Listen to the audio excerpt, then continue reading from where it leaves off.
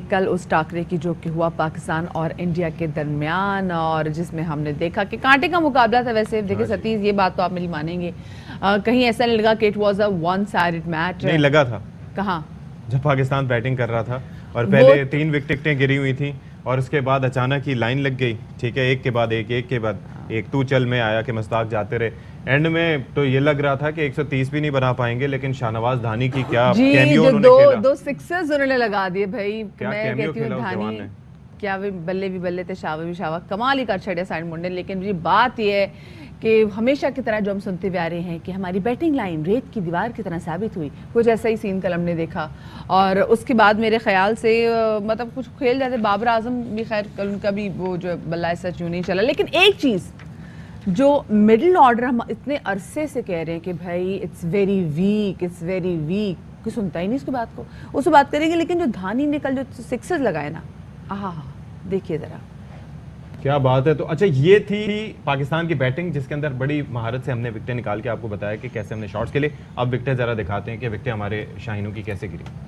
चलें ठीक है, अभी सत्य ने मैं दिखा दिया कि हमारे कल जो बल्लेबाज हैं उनकी विकेट जो कैसे गिरी। लेकिन कोई बात नहीं, जब उनके बल्लेबाज आए तो हमने उनको कितना प्रेशर में डाला। अब नसीम शाह को ही आप देख लें, T20 में डेब्यू किया, आते साथ ही पहले ओवर में बॉय ने विकेट ले ली। हाँ, KL Rahul win the matches, ये हमेशा कहा जाता है क्योंकि आपने कैच ड्रॉप किया, किसी बड़े प्लेयर को मौका मिला और उसके बाद उसने अन्नी फेर दी।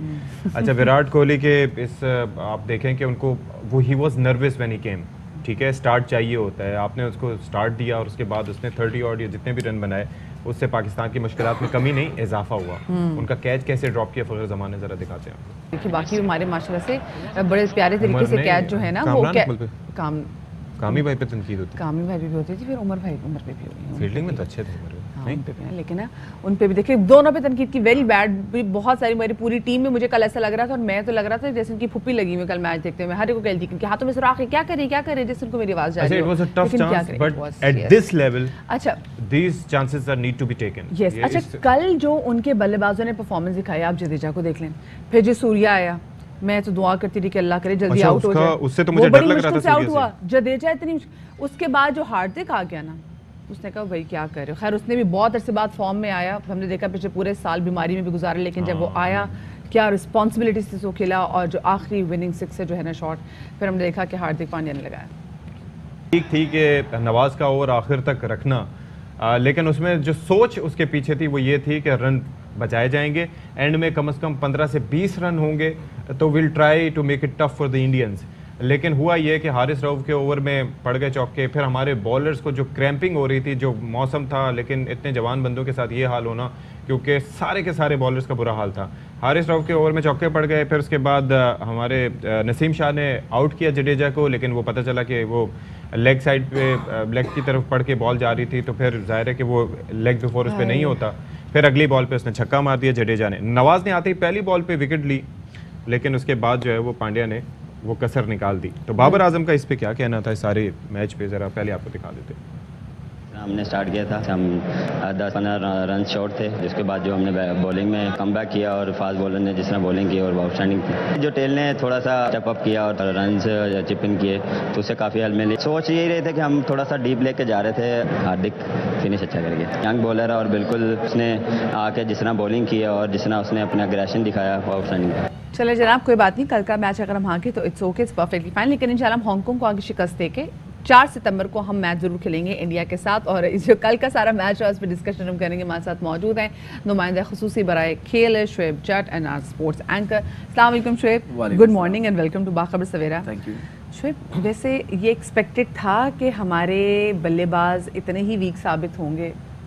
देखिए, हम ऑन पेपर अगर देख रहे थे ना जब टीमों को, तो ये एक्सपेक्टेड नहीं था कि हम इतना क्लोज मैच को ले जाएंगे। जो ऑन पेपर बात थी, फिर यूएई के ग्राउंड्स थे, लेकिन जिस तरीके से पहला मैच हुआ था इसी विकेट पे अफगानिस्तान और श्रीलंका का, तो उससे ये पता चल रहा था कि ये बॉलर्स को सपोर्ट करेगा। तो जब बॉलर्स को सपोर्ट करेगा तो हमारे बैट्समैन जो हैं वो मजबूत नहीं है, और उनकी बैटिंग अभी भी थी। अगर ये पांड्या भी आउट हो जाता, पीछे भी ऐसा बैट्समैन था जो आगे छक्का लगा सकता था। उनकी डेप्थ बहुत ज़्यादा थी।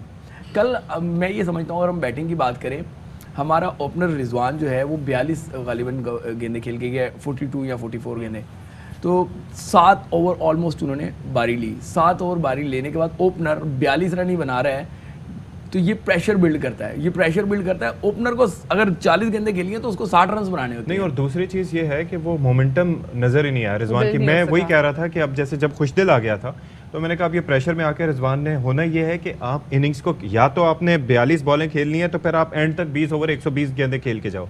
जब आप इतनी बॉल्स खेल के फिर आधे में अपनी विकेट गंवा के चले जाते हो तो फिर बाकी सब पे आने वालों पे नए और आते साथ बल्ला तो नहीं चलता। देखिए डॉट बॉल जो है ना, कल पाकिस्तान ने 48 डॉट बॉल्स खेली हैं, यानी कि 8 35-36 तो इंडियंस की भी थी लेकिन उन्होंने कैपिटलाइज किया। एक बात समझने की जरूरत है, हमारा टोटल छोटा था तो वो कैलकुलेट करके उस तरीके से चल रहे थे। उनकी डॉट बॉल मैटर नहीं करती, आपकी डॉट बॉल बड़ी मैटर करती है। आप टारगेट सेट करने जा रहे थे, 8 ओवर्स आपने डॉट बॉलें खेली हैं, यानी कि 8 ओवर्स में आपने 1 रन नहीं बनाया। समझ रहे हैं ना? तो ये प्रेशर बिल्ड करता है। रिजवान जिस तरीके से खेल रहे थे, प्रेशर आ रहा था। अब जब इफ्तिखार आया था तो रिजवान को भी चार्ज करना चाहिए था। रिजवान ने भी चार्ज नहीं किया, इफ्तिखार ने भी चार्ज नहीं किया। उन्होंने भी गालिबन 22 गेंदों पे 28 रन ट्राई किया किसी तरीके से, लेकिन 22 गेंदों पे 28 रन। मार्जिन देखें, ये T20 क्रिकेट है। आप उनके बैट्समैन को देखें, उनकी विकेट्स गिर रही थी लेकिन उसके बावजूद वो अपना स्ट्राइक रेट जो है ना वो सही बना के लेके चल रहे थे। जब उनकी विकेट गिरी थी तो होता था कि अच्छा अब जो नेक्स्ट आ रहा है ना, ओहो ये भी एक बला है, अच्छा जो इससे भी नेक्स्ट ये भी आउट हो गया तो फिर आगे कौन आएगा। लेकिन समहाउ हमारे यहाँ वो चीज़ नहीं थी। हम देख रहे थे कि चलो ठीक है, हमने ज़्यादा तकिया किया हुआ था जो हमारे ओपनर थे उन पर। जब वो चले गए तो उसके बाद हमारी भी होप्स कम होती रही, क्योंकि हमने देखा है कि हमारी जो मिडिल ऑर्डर जो टीम है वो अब से नहीं, वो कब से वीक है। और हमेशा सवारी से बात करें, बट क्यों नहीं इस पे कुछ चीज़। मतलब देखिए यही बात है कि उनके बैट्समैन एक जा रहा था, एक आ रहा था, तो हम यही कहते हैं अबे ये भी आ गया, ये भी आ गया। हमारा खाली बाबर गया था तो आप कह रहे थे अबे आधा मैच चला गया। ओ बिल्कुल बिल्कुल, ये एक फैक्ट है। सही है ना? तो इसका प्रॉब्लम क्या है? मसला ये है कि आपने दूसरे प्लेयर्स डेवलप ही नहीं किए। आपने पिछले 1-1.5 साल में जितनी क्रिकेट खेली रिजवान और बाबर के इर्द गिर्द घूमती रही, नीचे वालों को आपने पनपने ही नहीं दिया। छोटी टीमों के खिलाफ जब आप गए, जिम्बाब्वे गए, आप जनूबी अफ्रीका की सेकंड टीम से खेलते रहे, आप श्रीलंका से खेले, फिर आप अभी रिसेंटली हॉलैंड से खेले, फुल स्ट्रेंथ से गए। अच्छा एक और चीज़, एक चीज़ ये है कि ये आसिफ अली मतलब ही सच अ कैरेक्टर। आप ये देखें कि भुवनेश्वर कुमार जो है वो मतलब एक ऐसा बॉलर है कि जिसने हमेशा मुश्किलात क्रिएट की हैं, और कितना पुराना वो बॉलर है। उसने ऑफ कटर्स भी कराए, लेग कटर्स भी कराए, लेकिन जानते बूझते हुए, देखते हुए भी, और जो शॉट लग भी रहे थे आसिफ से, मैं हैरान इस चीज़ पे था। मैंने सोचा कि शायद वो बाउंड्री इतनी बड़ी है कि आसिफ से शॉट्स नहीं लग रहे, हालांकि इज़ अ पावर हिटर। लेकिन जब धानी ने आके छक्के वहाँ पर मारे तो धानी छक्के मार सकता है तो आसिफ भी मार सकता था। बस वो मामला है ना कि रिमेंबर द नेम, याद है आपको जब वर्ल्ड कप में उन्होंने कार्लोस ब्रेथवेट वो उसके नहीं मैं इनकी बात कर रहा हूँ। जब इन्होंने छक्के मारे तो उसके बाद इन्होंने कह दिया जी रिमेंबर द नेम।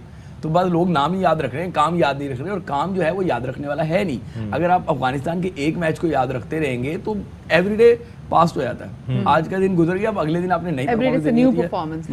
तो इनका ये मामला है कि इनको, मैं वही कह रहा हूँ ना, पकड़ नहीं कर रहे। जिस तरह भी आपने हारिस रऊफ की बात की है, कैलकुलेशन सही चल रही थी। 4 बॉलों में 3 चौके खाने के बाद आप क्या एक्सपेक्ट करते हैं कि एक स्पिनर आएगा वो पांड्या को फेस करते स्लो ओवर रेट का नुकसान भी तो हुआ ना। आप ये देखें एक फील्डर अंदर रखने के, बिल्कुल 16 ओवर के बाद आपका एक फील्डर जो है वो अंदर आ गया तो बाहर जो है ना सर्कल में, बाहर वाला जो है सर्कल के बाहर, वहां पे आपको गैप ज्यादा मिल गया। और फिर आप बॉलिंग नहीं कर रहे उस हिसाब से। मैं यही तो बात कर रहा हूँ कि इन्होंने यहाँ पे ये मामला है कि अब हारिस रऊफ को और कितना खिलाना है। जो आपने कहना है कि जी अभी वो नया है, मुसलसल आप खिला रहे हैं और मुसलसल वो पिट रहा है। आप देखें उसकी एवरेज अगर देखेंगे, मतलब वो 40 तो एवरेज देता है ना, 45-50, कल उसने 35 रन दे दिए। क्रूशल मोमेंट पे जब इंडिया पे प्रेशर बिल्ड हो रहा था, आप 4 बॉलों पे 3 चौके खा लेते हैं, तो नवाज से आप क्या एक्सपेक्ट कर रहे हैं? ये तो बहुत अच्छी बॉलिंग की उसने कि 3 आउट कर दिए। जिस तरह की उनकी तगड़ी बैटिंग है, मैं तो तवक्को ही नहीं कर रहा था कि नवाज जो है वो इतनी अच्छी बॉलिंग कर सकता है। धानी के जहाँ तक के छक्कों की बात आई है, धानी के छक्के देखिए उनके बॉलर उनको बड़ा हल्का ले रहे थे, तो वो उनको स्लो वन करा रहे हैं या उनको जो है ना बॉडी पे बॉल करा रहे हैं, बल्ला घुमा रहे हैं। जैसे उसने तेज बॉल कराई तो पहले वाला स्पेशली, देखो मेरी बात सुनो भाई, बस मसला ये है कि अच्छा है शेयर कर सकते हैं वो उसको स्लो बॉल जो है जब आप देंगे, और एक टेल एंडर के लिए मुश्किल होता है समझना।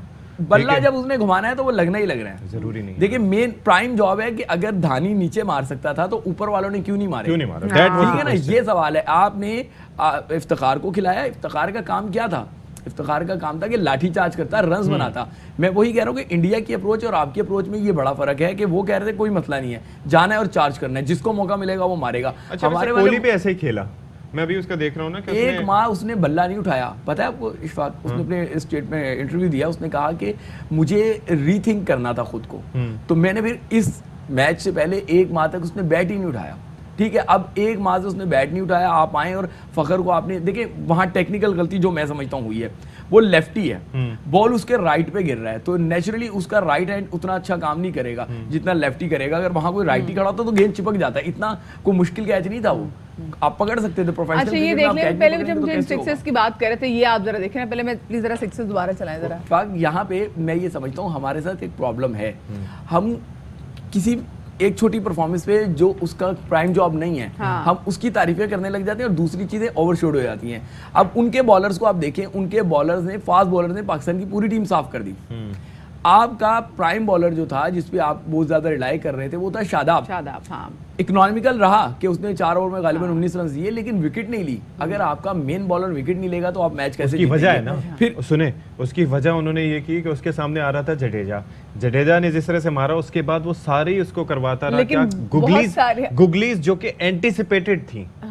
देखें, एक आपको साइकिल से खेलना, जब हम श्रीलंका से मैच खेल रहे हो कि अगर वहां पे लेफ्टी ज्यादा है तो फिर हम शादाब को कहें तू ना ही कर यार। नहीं, मसला आप देख लेना, मैं आपको देखें, it's about the mental approach. बात सुने, जब आप डिफेंसिव होके जाएंगे, विकेट लेना, मैं यही तो कह रहा हूं ना, ओपोनेंट कौन सा आएगा, यही तो कह रहा हूं, जब आप डिफेंसिव होके जाएंगे तो फिर यही होगा। धानी का काम जो है, प्राइम जॉब उसकी क्या है, बॉलिंग है। मुझे तो ये लग रहा है कि कल को ये ना कह दें जिस तरह शादाब तो बॉलर था, अब आपने उसको ऊपर ऊपर ला के कहाँ पे बैट्समैन का उसके दिमाग में खन्नास भर दिया है कि तुमने ऑलराउंडर हो। वो ऑलराउंडर के चक्कर में बॉलर भी नहीं रहा, ना बटेर रहा ना तीतर रहा। यही खुदा ना खास्ता धानी के साथ हो जाए, यार तू छक्के मार सकता है, तू जरा ऊपर आ जा। अब वो क्या करेगा, छक्कों की प्रैक्टिस करता रहेगा। तो जो प्राइम जॉब है कि आप विकेट नहीं लेंगे। अब भूवी को देखें, उनके उसने 3 स्टंप में बॉल करता रहा, 3 स्टंप में बॉल करता रहा, आपको आउट करके और ऑफ कटर लेग कटर। यार एक और चीज, यही चीज आप देख लें कि ये मिसिंग भी थी, हमारे पास वेरिएशन नहीं थी, बिल्कुल नहीं है वेरिएशन के स्लो बॉल डालने पेस से उनको बीट किया। मैं आपको बताऊं, आपने उनको सिर्फ पेस से बीट किया था, वेरिएशन से नहीं किया, वेरिएशन से नहीं किया था। और शुक्र अदा करें कि ये मैच यूएई की रवायती विकेट पे नहीं हुआ था, जो T20 की उनकी रवायती बैटिंग होती है ना, हाँ जो बैटिंग। और शारजा में आप जाएंगे ना, शारजा में आप देखिएगा कि मैचेस बहुत लग पता चल जाएगा आपको। कल बहुत सारी चीजें जो है वो छुप गई। अच्छा मैच खेला पाकिस्तान, इसकी तारीफ करनी चाहिए, लेकिन जो ग्रे एरियाज हैं उन पे अगर आपने काम नहीं किया तो फिर वर्ल्ड कप तो दूर की बात, एशिया कप में भी नहीं करेंगे, इंशाल्लाह जरूर करेंगे, काम करना पड़ेगा। हाँ बिल्कुल काम करेंगे। एक चीज बस ऐड करना चाहूंगा इशफाक भाई, अगर आपकी तवज्जो हो, ये ड्रेसिंग रूम हमारा ड्रेसिंग रूम ही रहा है कि रिहेबिलिटेशन सेंटर बन चुका है?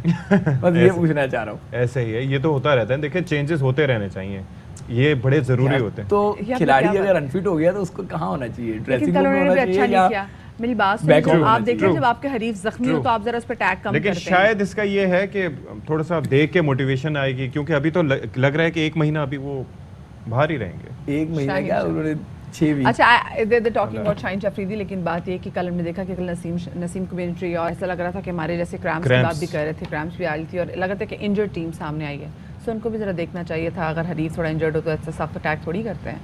इंशाल्लाह 4 सितंबर को देखा जाएगा जनाब। एक छोटी सी ब्रेक ले लें, ब्रेक के बाद वापस आते हैं।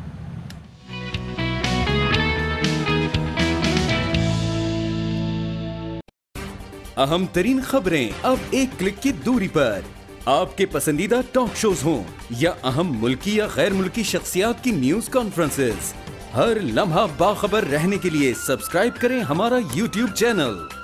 मौसम की सूरत हाल हो या खेल के मैदान से खबरें, अपने मोबाइल फोन से मुल्की और बैनुल-अक़वामी अहम खबरों तक रसाई के लिए डाउनलोड कीजिए मोबाइल ऐप। बावसूख ज़राए से मुसद्दिका खबरों, तज्ज़ियों और तबसरों से मुस्तफ़ीद होने के लिए विजिट कीजिए पाकिस्तान की सबसे बड़ी न्यूज वेबसाइट www.arynews.tv। इन सब के अलावा पाकिस्तान का सबसे बड़ा फेसबुक पेज हो, सबसे बड़ा न्यूज इंस्टाग्राम अकाउंट या फिर ट्विटर, ARY न्यूज पहुंचा रहा है खबरें सबसे पहले आप तक, ताकि आप रहें हर लम्हा बाखबर।